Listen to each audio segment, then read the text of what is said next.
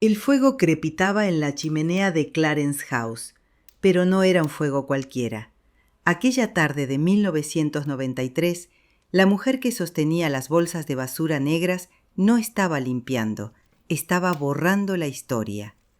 Con sus manos enguantadas, la princesa Margaret, la hermana de la reina, arrojaba a las llamas cientos de cartas personales, papeles que contenían secretos de Estado, confesiones de amantes y verdades que la monarquía no podía permitirse que sobrevivieran. Mientras el papel se curvaba y ennegrecía por el calor, Margaret no solo veía quemarse la tinta, veía arder las opciones que nunca tuvo.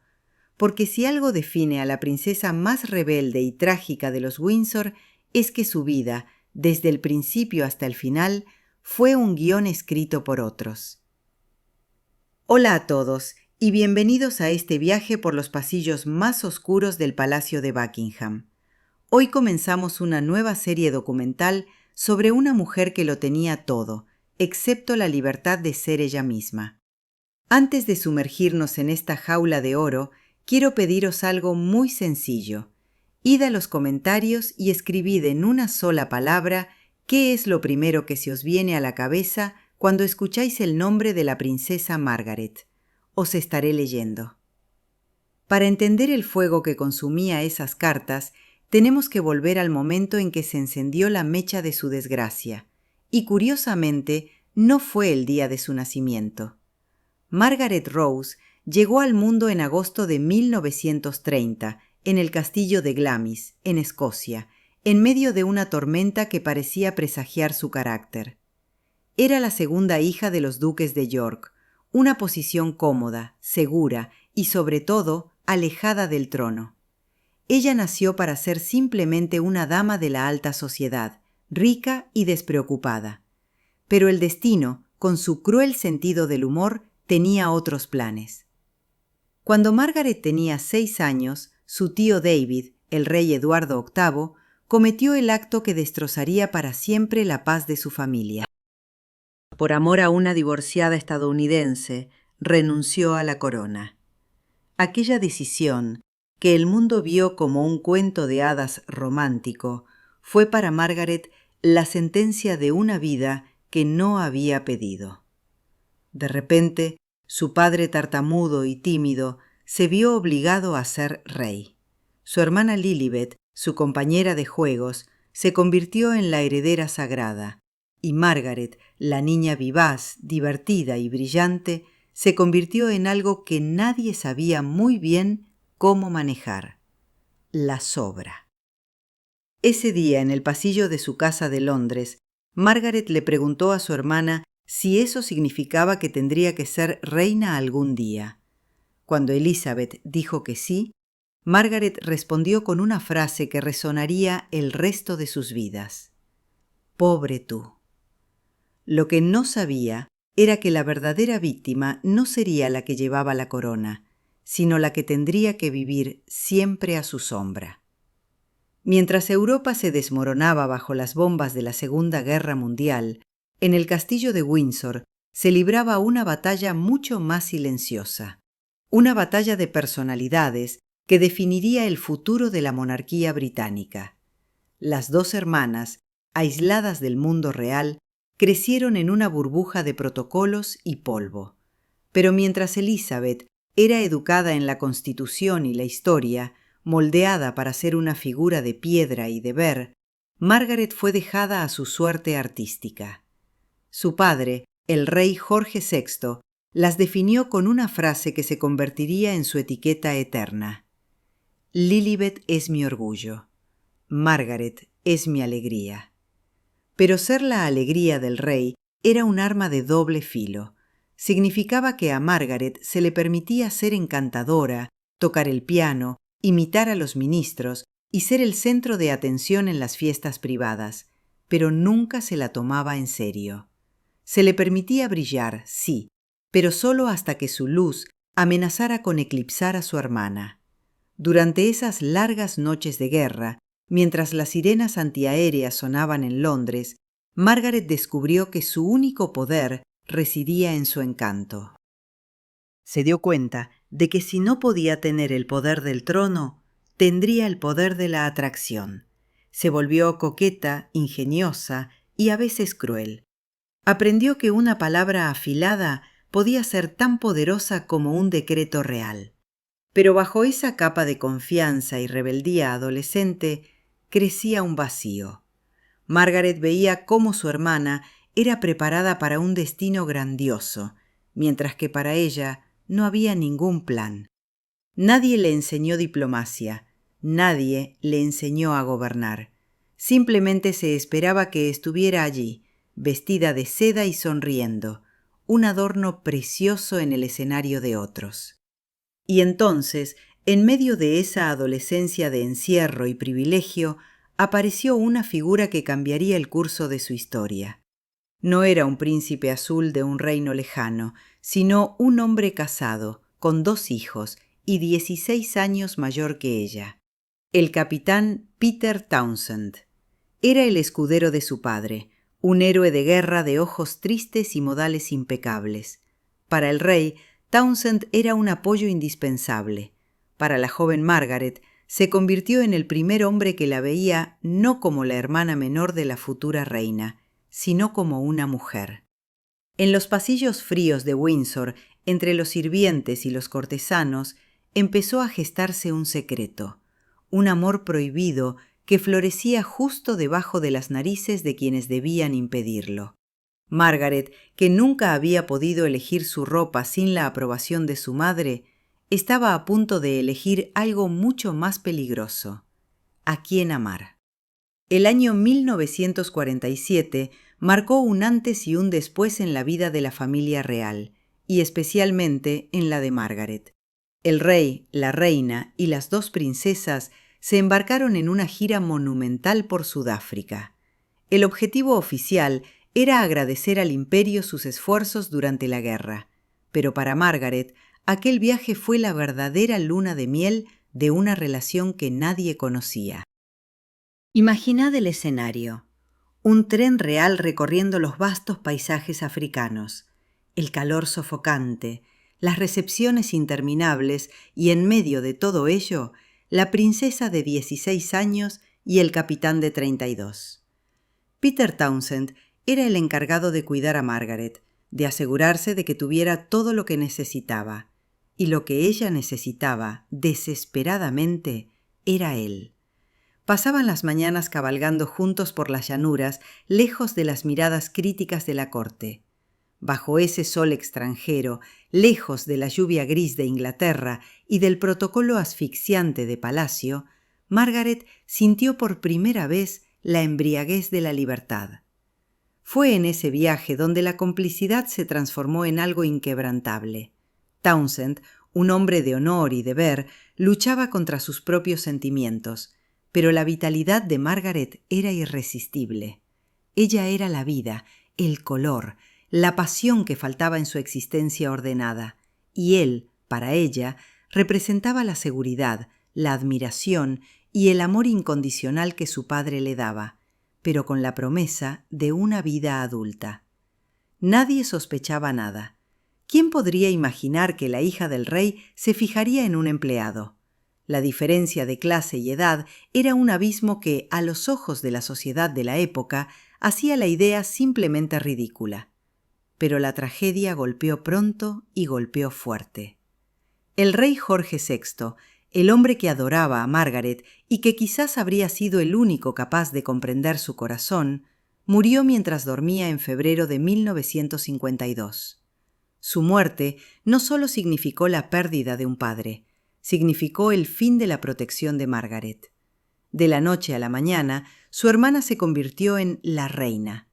Elizabeth tuvo que mudarse al palacio de Buckingham para asumir el peso de la corona, dejando a Margaret y a su madre viuda atrás, en Clarence House. El dolor de Margaret fue devastador. Se encerró, tomó sedantes, dejó de comer. Y en medio de esa oscuridad, la única mano que la sostenía, la única persona que entendía su dolor porque también amaba al rey, era Peter Townsend. El dolor los unió más que la alegría, y fue entonces, en el luto y la soledad, cuando tomaron la decisión que haría temblar los cimientos de la monarquía. Querían casarse. Londres, junio de 1953. La ciudad entera estaba engalanada con banderas y flores. Era el día de la coronación de la reina Elizabeth II. El mundo entero miraba hacia la abadía de Westminster, maravillado por el esplendor de la nueva era isabelina. Pero fuera de la abadía, mientras las cámaras de televisión transmitían por primera vez un evento de tal magnitud, ocurrió un gesto minúsculo, casi invisible, que desató la tormenta. Margaret, vestida con sus mejores galas, radiante y hermosa, esperaba fuera de la entrada. Estaba charlando con Peter Townsend. Él vestía su uniforme, impecable. En un momento de descuido, de intimidad inconsciente, Margaret levantó la mano y con una delicadeza extrema quitó una pequeña pelusa del uniforme de Peter. Fue un gesto de posesión, de cariño, de esposa. Un gesto que duró apenas un segundo, pero ese segundo fue capturado por un periodista perspicaz. Al día siguiente, no solo se hablaba de la corona de Elizabeth, se hablaba de la mirada de Margaret. El secreto había salido a la luz. Los periódicos, que hasta entonces habían respetado un pacto de silencio sobre la vida privada de la realeza, vieron la puerta abierta. La historia era demasiado jugosa para ignorarla. La bella princesa y el héroe de guerra divorciado. De repente, la relación se convirtió en un asunto de debate nacional. Y aquí es donde la trampa de la vida de Margaret se cerró de golpe. Ella tenía 22 años. Según la ley de matrimonios reales de 1772, necesitaba el permiso de la reina para casarse. Elizabeth se encontró entre la espada y la pared. Como hermana, quería la felicidad de Margaret. Sabía cuánto había sufrido tras la muerte de su padre, pero como reina y cabeza de la Iglesia de Inglaterra, no podía sancionar el matrimonio con un hombre divorciado cuya ex esposa aún vivía. La Iglesia era clara: el matrimonio es indisoluble. El gobierno, liderado por un Winston Churchill envejecido y tradicional, también se opuso. A Margaret se le dijo que esperara. «Espera a cumplir 25 años», le dijeron. «Entonces serás libre de decidir sin el permiso de la reina». Fue una táctica dilatoria, una mentira piadosa diseñada para ganar tiempo, esperando que la pasión se enfriara. Para asegurarse de ello, enviaron a Peter Townsend al exilio, a un puesto diplomático en Bruselas, lejos, muy lejos de los brazos de la princesa. La crueldad de la separación fue el primer aviso. En este juego, los peones sentimentales siempre son sacrificados para proteger a la reina. Bruselas no es una ciudad famosa por su romanticismo, pero durante 2 años se convirtió en el centro del universo emocional de Margaret. Mientras Peter Townsend vivía su exilio forzoso en una embajada silenciosa, rodeado de diplomáticos grises y rutinas vacías, en Londres, la princesa contaba los días como una prisionera que marca rayas en la pared de su celda. Fueron 730 días de espera. 730 días donde el único hilo que los mantenía unidos era la tinta sobre el papel. Se escribían a diario, cartas largas, apasionadas, llenas de promesas de un futuro que ambos necesitaban creer que era posible. Pero lo que Margaret no sabía era que el tiempo no estaba jugando a su favor. El tiempo estaba enfriando el escándalo, permitiendo que la maquinaria del sistema se reorganizara para la batalla final. La estrategia de la Casa Real parecía sencilla, pero era despiadada. Apostaron al olvido. Creyeron que la distancia apagaría la llama, que una chica joven y caprichosa como Margaret encontraría otra distracción, otro baile, otro vestido. Pero subestimaron la obstinación de los Windsor. Margaret no olvidó. Al contrario, la ausencia de Peter idealizó su figura. Él ya no era solo un hombre, era un símbolo de su independencia, la única cosa que ella había elegido por sí misma en toda su vida. El público británico, siempre romántico, estaba de su lado. Las encuestas de la época mostraban que la inmensa mayoría de la gente quería que la princesa se casara con su héroe de guerra. Veían en ellos una modernidad necesaria, un soplo de aire fresco en una institución que olía a naftalina. El 21 de agosto de 1955, el reloj marcó la hora decisiva. Margaret cumplió 25 años. Según le habían prometido, esa era la edad mágica. A los 25 años ya no necesitaba el permiso de la reina para casarse.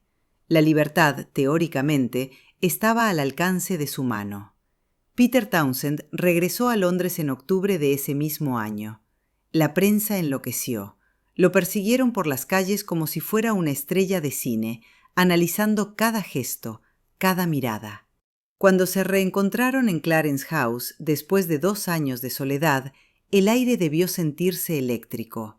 Parecía que el final feliz estaba escrito. Pero entonces la puerta de la realidad se abrió con un chirrido oxidado y terrible.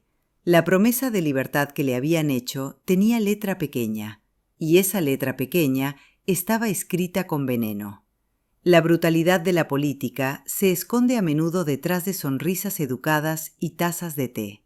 Cuando Margaret y Peter se sentaron a planificar su boda, descubrieron que el gobierno y la corona les habían tendido una trampa perfecta. Sí, es cierto que Margaret ya no necesitaba el permiso de la reina, pero la ley de matrimonios reales tenía una segunda cláusula, una que nadie le había explicado con claridad. Si se casaba contra los deseos del gobierno, tendría que renunciar a todo. Y cuando digo todo, me refiero a su título de Alteza Real, a sus ingresos del Estado, a su posición en la línea de sucesión y, lo más doloroso, a su familia. El primer ministro de la época, Anthony Eden, era un hombre divorciado que se había vuelto a casar.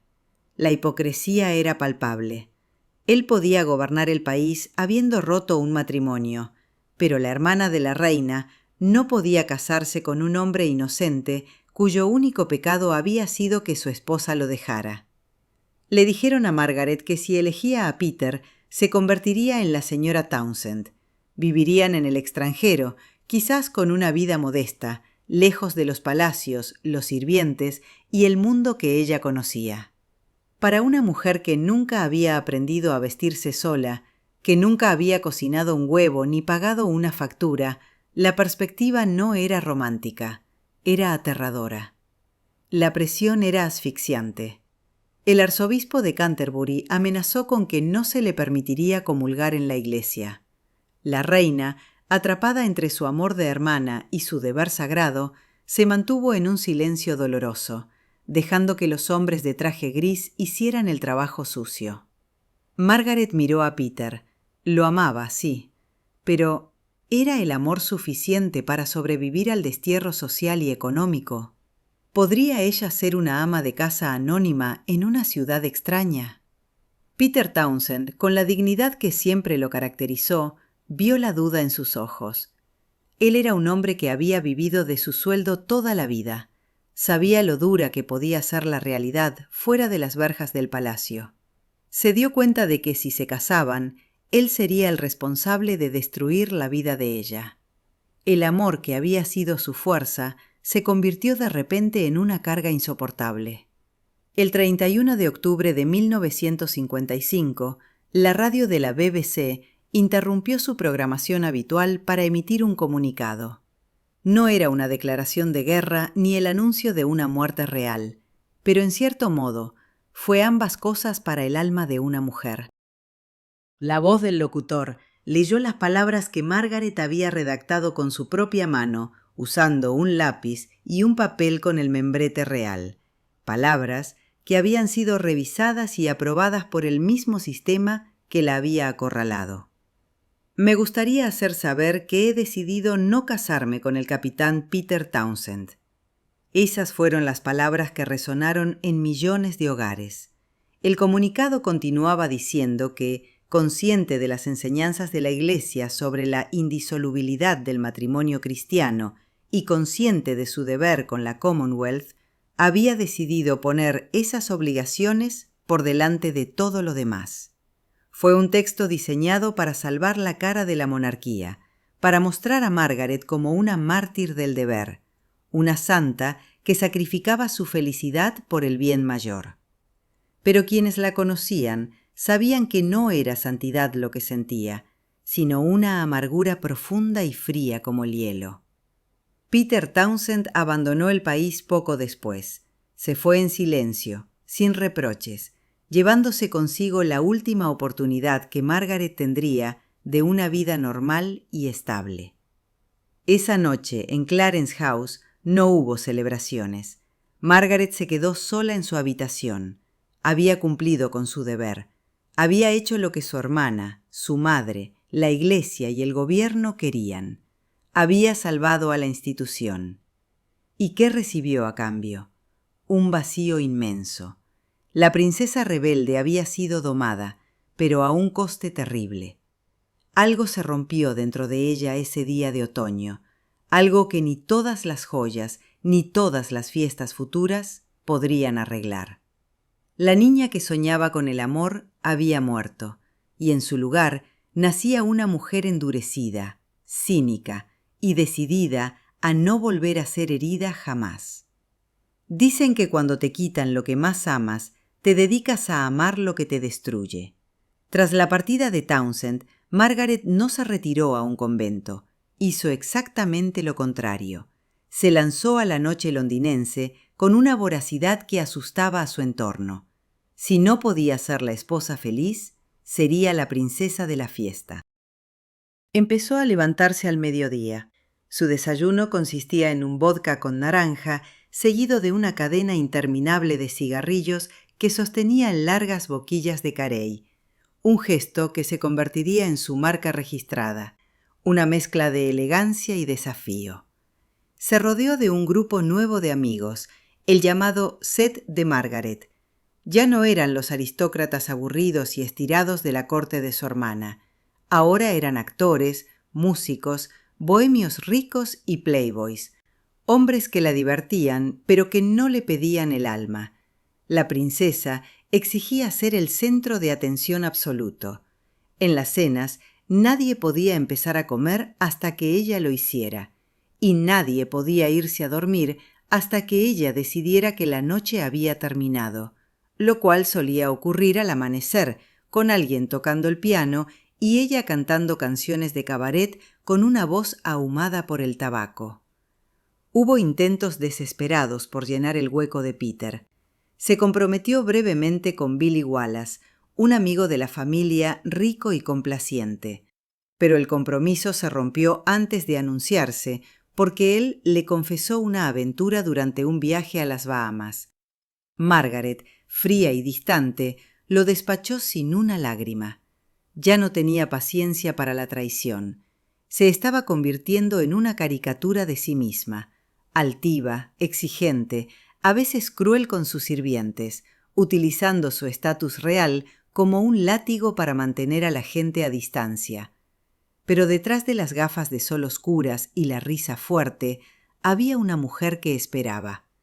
Esperaba algo que la sacudiera de nuevo, y a finales de la década de los 50, en una cena oscura y llena de humo, sus ojos se cruzaron con los de un fotógrafo bajito, con polio y una reputación escandalosa. Un hombre que no le haría reverencias, sino que la desafiaría. El diablo estaba a punto de entrar en el baile.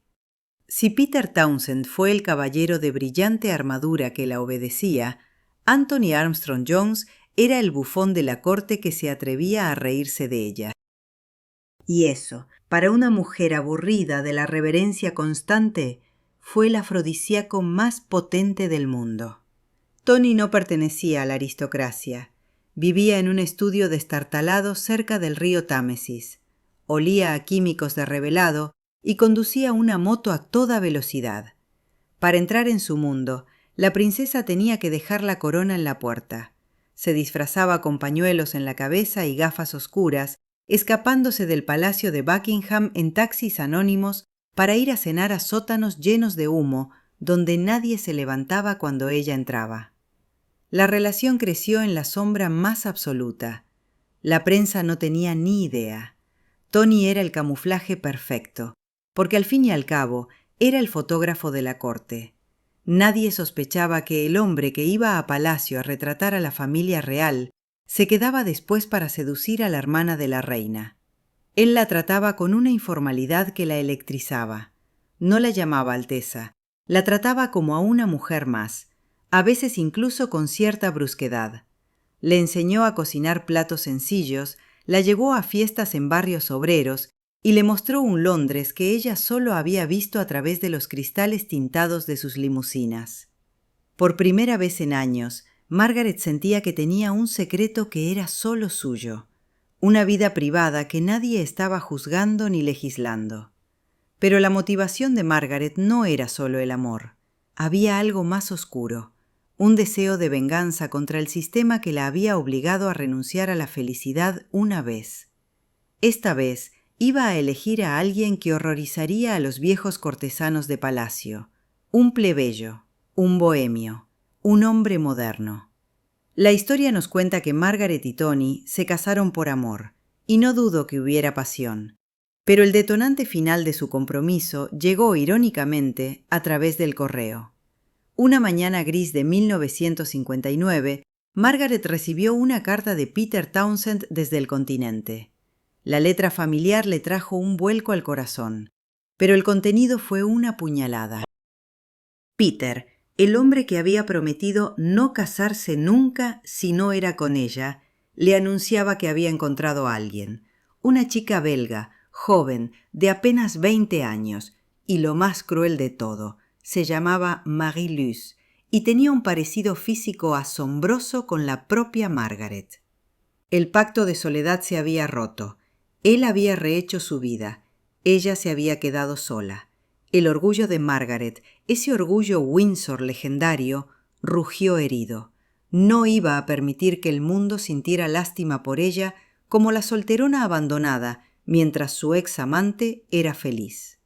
Al día siguiente, casi como un acto reflejo, aceptó la propuesta de matrimonio de Anthony Armstrong Jones. Fue una decisión tomada desde el despecho y la urgencia. Tony le ofreció un anillo de rubíes que parecía un capullo de rosa rodeado de diamantes, un diseño que él mismo había creado. Cuando llamaron a la reina para darle la noticia, el alivio en palacio fue palpable. Al menos no era un hombre divorciado. Era un plebeyo, sí, y tenía fama de excéntrico, pero era inglés, protestante y soltero. La reina dio su consentimiento de inmediato, probablemente aliviada de cerrar por fin el capítulo de la tristeza de su hermana. El anuncio oficial sacudió al país. La princesa rebelde se casaba con el fotógrafo. La modernidad había derribado las puertas de palacio. El 6 de mayo de 1960, la abadía de Westminster se convirtió en el escenario del primer cuento de hadas televisado de la historia. 300 millones de personas en todo el mundo se sentaron frente a sus televisores en blanco y negro para ver a Margaret caminar hacia el altar. Era su gran momento, su coronación personal. Llevaba un vestido de seda de organza tan sencillo y voluminoso que parecía flotar, y sobre su cabeza la imponente tiara Poltimore, una joya que ella misma había comprado en una subasta, no una herencia familiar, un símbolo más de su deseo de poseerse a sí misma. Sin embargo, detrás de la pompa y el himno nacional había grietas invisibles. La mayoría de las casas reales europeas boicotearon la boda. Para las rancias monarquías del continente, que la hermana de la reina de Inglaterra se casara con un fotógrafo sin título era un insulto al linaje real. La hija del rey se casa con el hijo del abogado, murmuraban con desprecio. Solo la reina Ingrid de Dinamarca asistió, pero a Margaret no le importó. Ella estaba creando una nueva realeza, la realeza de la celebridad. Mientras caminaba del brazo del duque de Edimburgo, que la entregaba en el altar en lugar de su padre fallecido, Margaret miró a Tony. Él no parecía un súbdito nervioso, parecía un actor disfrutando de su mejor papel. Se convirtieron en los condes de Snowdon. El fotógrafo había conseguido el título y la princesa había conseguido su libertad. O al menos, Eso creía ella mientras el carruaje de cristal los llevaba a través de una marea de gente que gritaba sus nombres, sin saber que estaban presenciando el inicio de una de las guerras matrimoniales más sangrientas de la historia británica. Los primeros años de los Snowdon fueron una explosión de glamour que Londres no había visto nunca. Eran la pareja de moda, los Kennedy británicos. Tony introdujo a Margaret en el mundo del arte, el cine y la música pop. De repente, en las cenas de palacio, entre duques y embajadores, aparecían los Beatles, Peter Sellers o bailarines de ballet. Margaret se sentía viva, moderna, relevante. Ya no era la solterona triste, era la anfitriona más deseada de la ciudad. Tony trabajaba, algo inaudito para el marido de una princesa, y ella a menudo lo acompañaba a sus sesiones, ayudándole a cambiar los rollos de película o simplemente observando cómo él mandaba sobre los famosos con su cámara. Pero bajo el brillo de los flashes, la dinámica de poder empezó a cambiar sutilmente. Tony no era un hombre diseñado para caminar 2 pasos por detrás de nadie, ni siquiera de una princesa. Era un artista, egocéntrico, temperamental y acostumbrado a ser el jefe. Empezó a aburrirse del protocolo, de las cenas interminables con gente que él consideraba estúpida, de la rigidez de la vida real. Y cuando Tony se aburría, se volvía cruel. Las primeras señales fueron pequeñas. Llegar tarde a propósito para ponerla nerviosa, burlarse de su inteligencia frente a sus amigos intelectuales o dejarla sola en las fiestas mientras él coqueteaba descaradamente con otras mujeres. Margaret, que había sido educada para ser adorada, no sabía cómo manejar el desprecio. Intentaba reírse, intentaba seguirle el ritmo, pero en la intimidad de su apartamento en el Palacio de Kensington, el silencio empezaba a llenarse de una tensión fría. El hombre que la había liberado de la jaula de oro estaba empezando a construirle una nueva prisión, esta vez hecha de inseguridad y miedo. A mediados de los años 60, el apartamento 1A del Palacio de Kensington se había convertido en un campo de batalla psicológico. La crueldad de Tony Snowdon no era física, era intelectual, y eso dolía mucho más. Sabía exactamente dónde golpear. Él, que había sido recibido como el salvador moderno de la princesa, empezó a dejarle notas escondidas entre sus cosas personales. Margaret abría un libro que estaba leyendo y encontraba un papelito con la letra de su marido que decía: «Pareces una manicurista judía. Odio a tus amigos». Abría el cajón de sus guantes antes de una ceremonia oficial y encontraba otra nota: «Las cosas que odio de ti», seguida de una lista enumerada de sus defectos físicos y de carácter. La humillación era privada, pero el dolor era visible. Margaret empezó a beber más para soportar el desprecio. El vodka del mediodía se convirtió en una necesidad, no en un placer.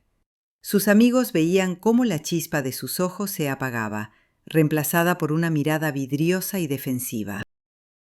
Tony, mientras tanto, viajaba por el mundo haciendo fotos, teniendo aventuras con otras mujeres y, según se rumoreaba, también con hombres, dejando a Margaret sola en Londres con sus 2 hijos pequeños, David y Sarah.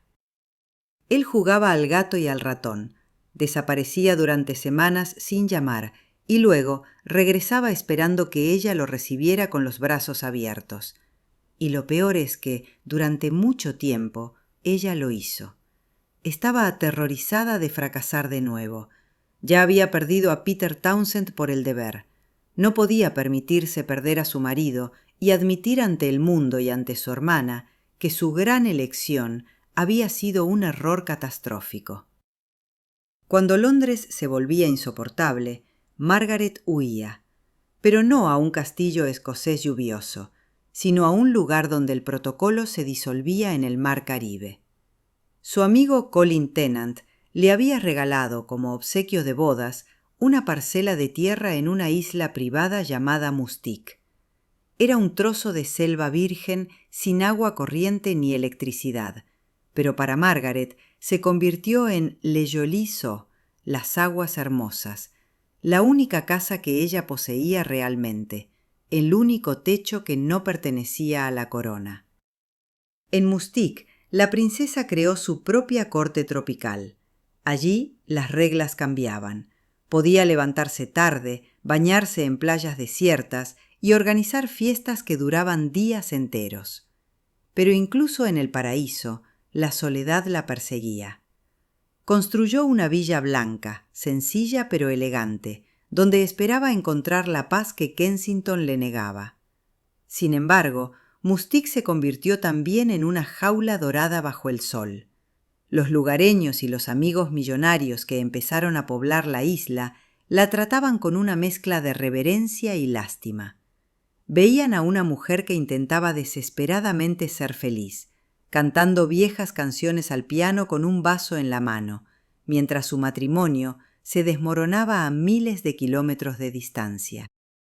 Fue en este escenario de belleza salvaje y aislamiento donde el destino le tenía preparada la última trampa, una que vendría disfrazada de ternura.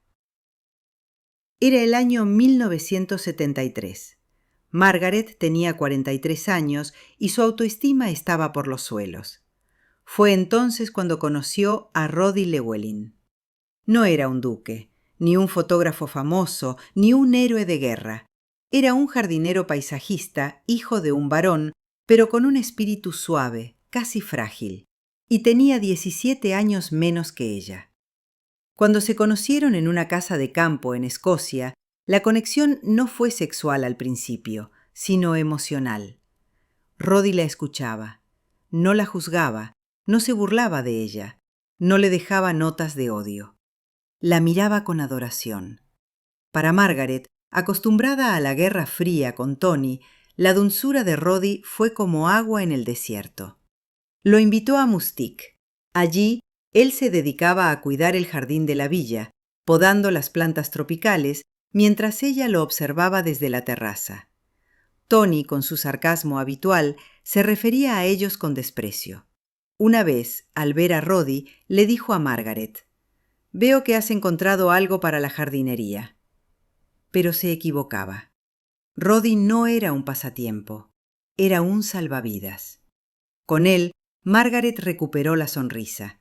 Se comportaban como adolescentes, ajenos al peligro que corrían. Ella, la hermana de la reina, y él, un chico que podría ser su hijo, viviendo un romance bajo el sol caribeño. Margaret pensó que en aquella isla remota, lejos de los teleobjetivos de Londres, estaba a salvo. Olvidó que la traición tiene los ojos muy largos y que el precio de su felicidad iba a ser su reputación. El domingo es el día sagrado de la prensa sensacionalista británica, y un domingo de febrero de 1976, el mundo de Margaret estalló. El periódico News of the World publicó en portada una foto granulada y borrosa tomada con un teleobjetivo de largo alcance desde un barco escondido frente a la costa de Mustique. En la imagen se veía a la princesa Margaret y a Roddy Llewellyn en trajes de baño, relajados, íntimos, tomando una copa en su bar privado. No estaban haciendo nada escandaloso, pero la imagen lo decía todo. La mujer casada, la madre real, estaba de vacaciones con su joven amante mientras su marido estaba en Londres. El escándalo fue monumental. La prensa la llamó de todo: asaltacunas, depredadora, vergüenza nacional. Nadie mencionó las infidelidades de Tony. Nadie habló de los años de abuso emocional que ella había soportado. La narrativa era simple y cruel. La princesa viciosa había traicionado al pobre fotógrafo trabajador. Tony Snowdon, aprovechando el momento con una astucia maquiavélica, interpretó el papel de víctima a la perfección. Llamó a Palacio y con voz dolida dijo: «Ya no puedo más». La reina, que siempre había intentado mantener a la familia unida, se dio cuenta de que ya no había salvación. El 19 de marzo de 1976, el Palacio de Buckingham emitió un comunicado histórico. La princesa Margaret y el conde de Snowdon han acordado formalmente separarse. Fue el primer divorcio real importante desde tiempos de Enrique VIII. Margaret había conseguido salir de su matrimonio, pero el precio fue convertirse en la villana de la película ante los ojos de su propio pueblo. Después del divorcio, Margaret se encontró en un territorio desconocido. Ya no era la hermana adorable de la reina, ni la esposa rebelde, ni siquiera la amante escandalosa. Era simplemente una mujer de mediana edad con 2 hijos adolescentes y una reputación destrozada. La relación con Roddy Llewellyn, que los tabloides habían convertido en el romance del siglo, empezó a desmoronarse bajo la presión del escrutinio público. Roddy no era un guerrero, era un alma artística y sensible que nunca había pedido convertirse en el enemigo público número 1. Las críticas lo destruyeron. Tuvo una crisis nerviosa y fue internado en una clínica psiquiátrica. Margaret lo visitó, llevándole flores y palabras de consuelo, pero la magia había muerto. Él necesitaba construir su propia vida, lejos de la sombra de los Windsor. Se separaron con ternura en 1981. Él se casó años después con una chica de su edad y vivió tranquilo. Margaret nunca volvió a encontrar el amor. El palacio había tolerado su rebeldía mientras era joven y hermosa, pero ahora era una mujer envejecida prematuramente por el alcohol y el tabaco, y la institución ya no sabía qué hacer con ella.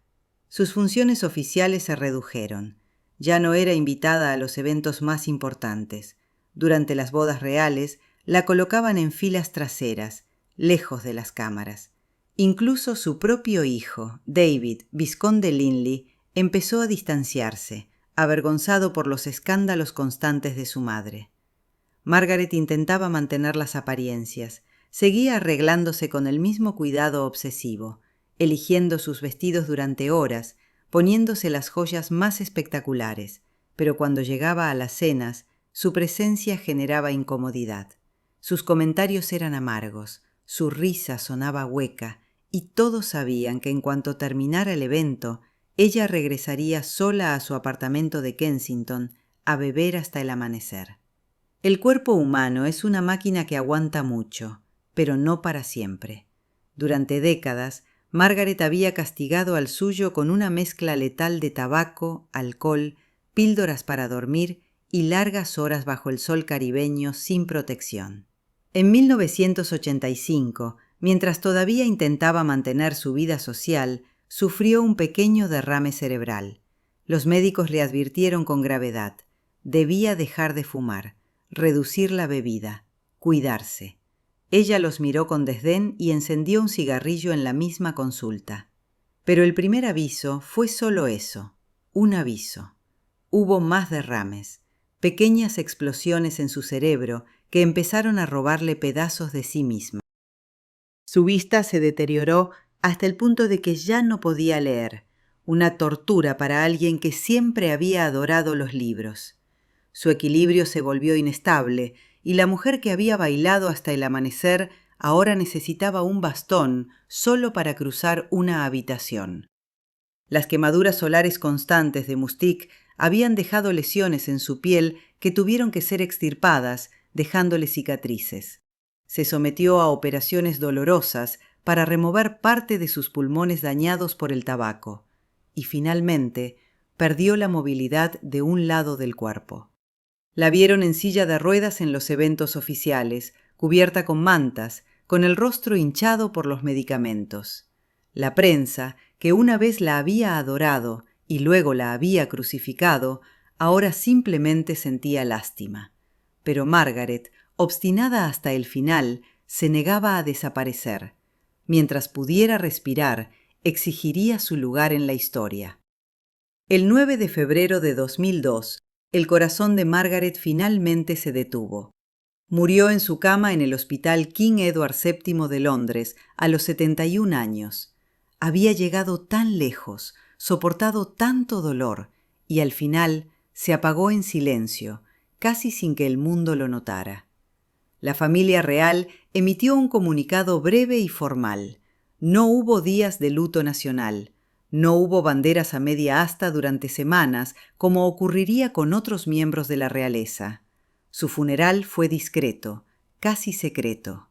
Según sus propios deseos, fue incinerada, una decisión que horrorizó a los tradicionalistas, ya que los miembros de la realeza siempre habían sido enterrados con pompa en tumbas de mármol.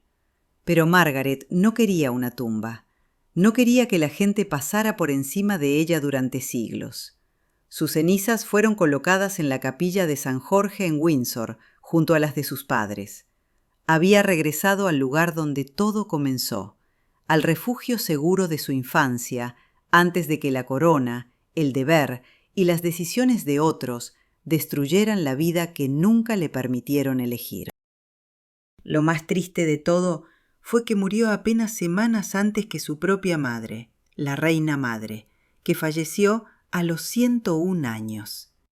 La mujer que había vivido toda una vida entera con salud de hierro sobrevivió a su hija, la que se consumió prematuramente. Durante el funeral de la reina madre, cuando millones lloraron a la matriarca amada, pocos recordaron que su hija menor acababa de desaparecer también. Margaret había quedado eclipsada incluso en la muerte. Los historiadores debatieron sobre su legado. Algunos la llamaron la primera princesa moderna, la que desafió el sistema. Otros dijeron que fue simplemente una mujer mimada que desperdició sus privilegios. Pero la verdad es más complicada y más triste que cualquiera de esas narrativas. Margaret fue una prisionera de su propio linaje, atrapada entre lo que sentía y lo que se esperaba de ella, y esa batalla interna la destruyó lentamente hasta que no quedó nada más que cenizas y preguntas sin respuesta. Volvemos al principio, a esa tarde de 1993, cuando Margaret quemaba cartas en Clarence House. Ahora, después de recorrer toda su vida, entendemos qué estaba ardiendo en esas llamas. No eran solo cartas de Diana o secretos de Estado. Eran las pruebas de todas las vidas que pudo haber vivido y que le fueron arrebatadas. Las cartas de Peter Townsend, donde él prometía esperarla para siempre. Las notas de odio de Tony, que ella guardó durante años como prueba de su sufrimiento. Las fotografías de Roddy, donde se veía feliz, genuinamente feliz, por última vez. Todo se convirtió en ceniza. Margaret sabía que la historia la juzgaría, y quiso controlar al menos una parte de la narrativa, destruyendo las evidencias más dolorosas. Pero lo que no pudo quemar fue la memoria colectiva, el recuerdo de una mujer que intentó ser libre en un mundo que no permitía que las princesas eligieran. Su vida fue un espejo oscuro de la de su hermana. Mientras Elizabeth sacrificó su humanidad por el deber y fue amada por ello, Margaret sacrificó su deber por su humanidad y fue castigada. Las dos pagaron un precio altísimo, pero solo una recibió una corona como compensación. Hoy, décadas después de su muerte, cuando vemos las fotografías de Margaret joven, hermosa, llena de vida, con esa mirada desafiante y esa sonrisa traviesa, es imposible no preguntarse qué habría sido de ella en otra época, en otro siglo. Si hubiera nacido en un tiempo donde las mujeres pudieran casarse con quien quisieran, trabajar en lo que amaran, vivir sin la obligación de ser perfectas.